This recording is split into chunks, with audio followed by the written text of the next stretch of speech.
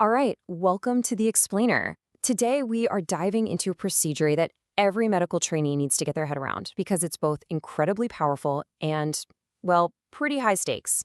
We're talking about endoscopic retrograde cholangiopancreatography, or as you'll always hear it, ERCP.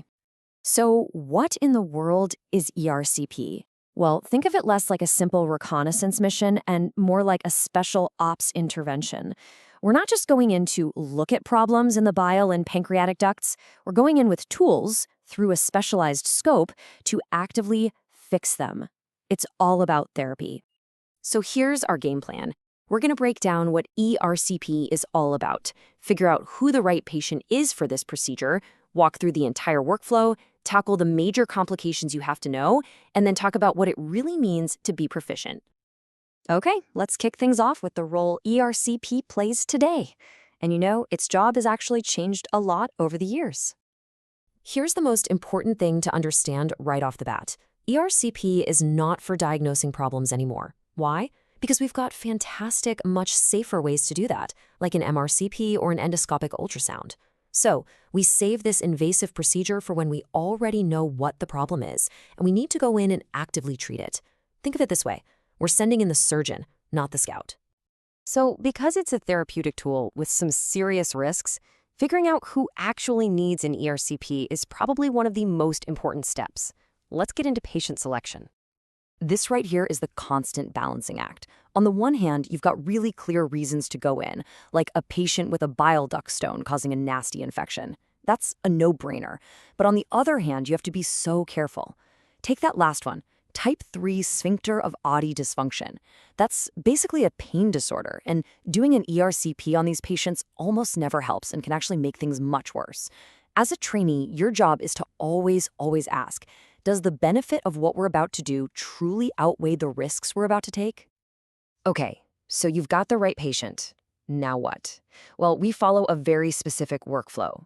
And this isn't just bureaucratic box checking. It's a finely tuned system designed to keep the patient safe from start to finish. It really boils down to 3 big phases that you have to master.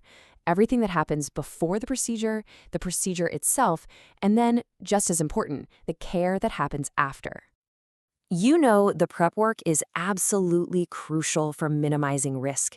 We're talking about everything from checking labs and managing blood thinners to deciding if a patient needs antibiotics beforehand. And of course, there's the informed consent. This isn't just signing a form. It's a deep conversation about what could go right and what could go wrong. And get this, even something as simple sounding as how the patient is lying on the table is a huge deal. Usually, they're on their stomach, which is the prone position. But what if they have an abdominal wound?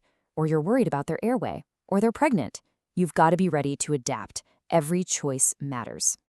Now here's a perfect example of a small choice making a huge difference for the patient. We have to inflate the bowel to see what we're doing. If we use regular room air, it gets trapped and can cause a lot of pain and bloating afterward. But if we use carbon dioxide, it gets absorbed super quickly by the body. Less pain, happier patient. It's really a simple, elegant improvement. And remember, the job is not over when the scope comes out, not even close. This is when the real watching begins. We monitor patients for hours, looking for any sign of trouble, especially pancreatitis. And we're super cautious with their diet, starting with clear liquids to make sure everything is settling down before they even think about solid food. Okay, let's shift gears and talk about the part that demands the most respect. We're talking about the high-stakes reality of ERCP and the serious complications that you have to be prepared for. I really want you to let that sink in. This isn't your standard EGD or colonoscopy. The risk profile for ERCP is in a completely different league. As a trainee, you need an almost constant, low-level hum of vigilance in your mind about what can go wrong, because you need to be able to spot it and manage it immediately. So what are we worried about? It's these 4 right here, the big 4: pancreatitis, bleeding, infection, and perforation. These are the risks that should be burned into your brain. They are the reason we're so meticulous about everything from patient selection to post-op care. If there's one complication that's basically synonymous with ERCP, it's pancreatitis.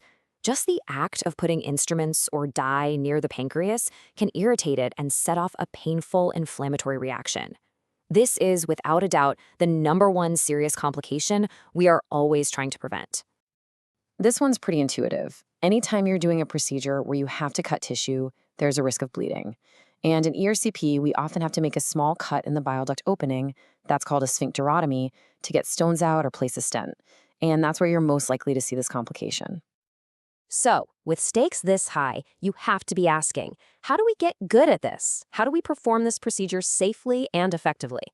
Well, it all comes down to a relentless focus on quality and a very long, very deliberate path to mastering the craft.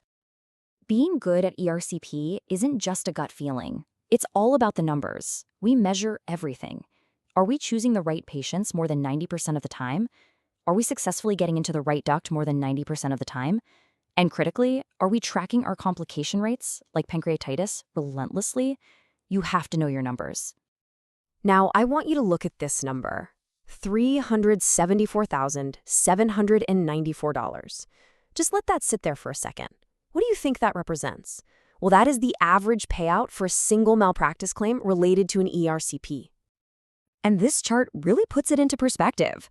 Look, colonoscopies might have more total claims, but when an ERCP goes wrong, it goes really wrong. The average payout is the highest of any endoscopic procedure. And that number, that's the financial shadow of those big four complications we just talked about. This is why hitting those quality metrics isn't just some academic exercise. It's about preventing the kind of life-altering harm that leads to these devastating outcomes. You know, if you had to boil this entire conversation down to a single thought, this quote from the source material absolutely nails it. It's complex, it requires intense training, and it carries more risk. Period. So here's the bottom line. ERCP is a phenomenal tool. It can be life-saving. But it is a tool that demands absolute respect.